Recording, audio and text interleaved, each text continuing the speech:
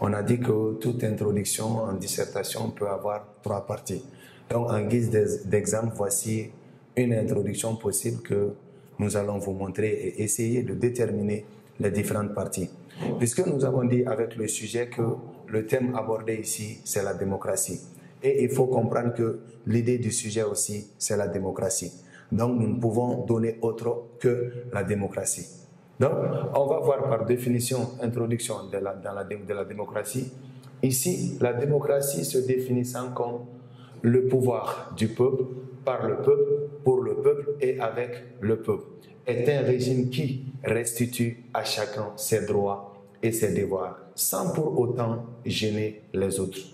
Sa compréhension permet à celui-là d'entreprendre et de pouvoir se développer soi-même et son pays, voire le monde entier. Par là, on peut limiter l'explication à ce niveau. Donc, toute personne qui verra ça va comprendre que nous avons essayé de restituer le sujet dans son contexte. Le contexte, c'est quoi? C'est la démocratie.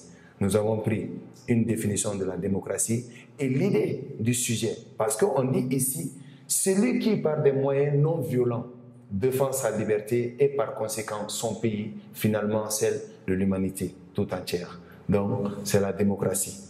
Et là, nous avons défini la démocratie et essayé d'apporter les autres idées dans le sujet ici, à l'introduction.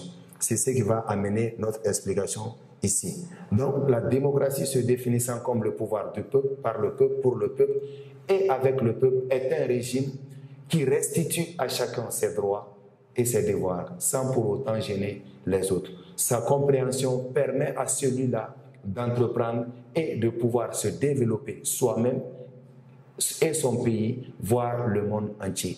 Donc ça, c'est l'idée du sujet.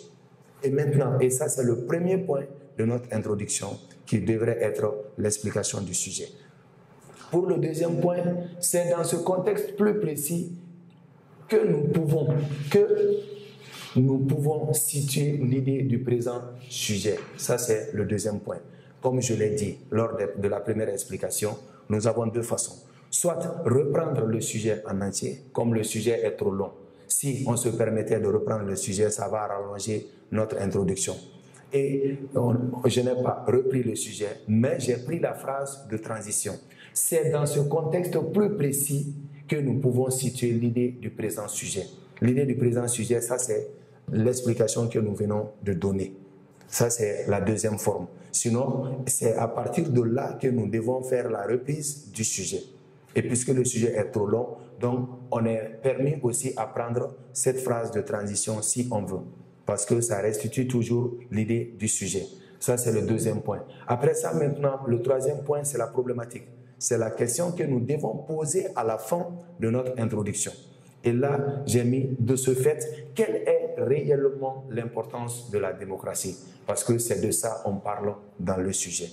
Sa compréhension, son développement, comment est-ce qu'elle peut permettre à chacun de se développer, soi-même, son pays et l'humanité. Donc, voici la première partie. Donc, ça, c'est un exemple d'introduction. Si vous ne voulez pas la question, ici aussi, comme je l'avais dit au début, il y a une deuxième formule. Ça, c'est la phrase de transition, comme ici. Tout au long du débat, nous allons démontrer l'importance de la démocratie. Ça revient à la même question ici. Parce qu'il y a de ces élèves qui ne savent pas comment poser les questions. Souvent, en posant des questions, on peut donner une question contraire à l'idée du sujet, alors que le sujet est explicatif. On doit partir de pied égal avec l'idée du sujet, de pied égal avec l'auteur, soutenir son point de vue. Donc, si la question nous est facile et difficile, on peut prendre tout simplement la phrase de transition.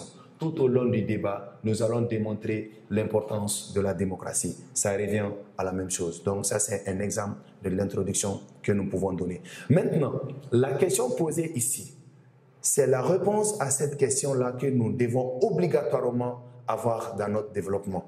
Parce que c'est cette réponse-là qui va faire l'objet de notre développement. Et dans ce développement, il faudrait surtout parler de l'importance de la démocratie, de ce que la démocratie peut apporter à chacun, à un pays ou à l'humanité tout entière. Donc, c'est de ça que nous devons parler dans ce sujet. Et voici un exemple d'introduction.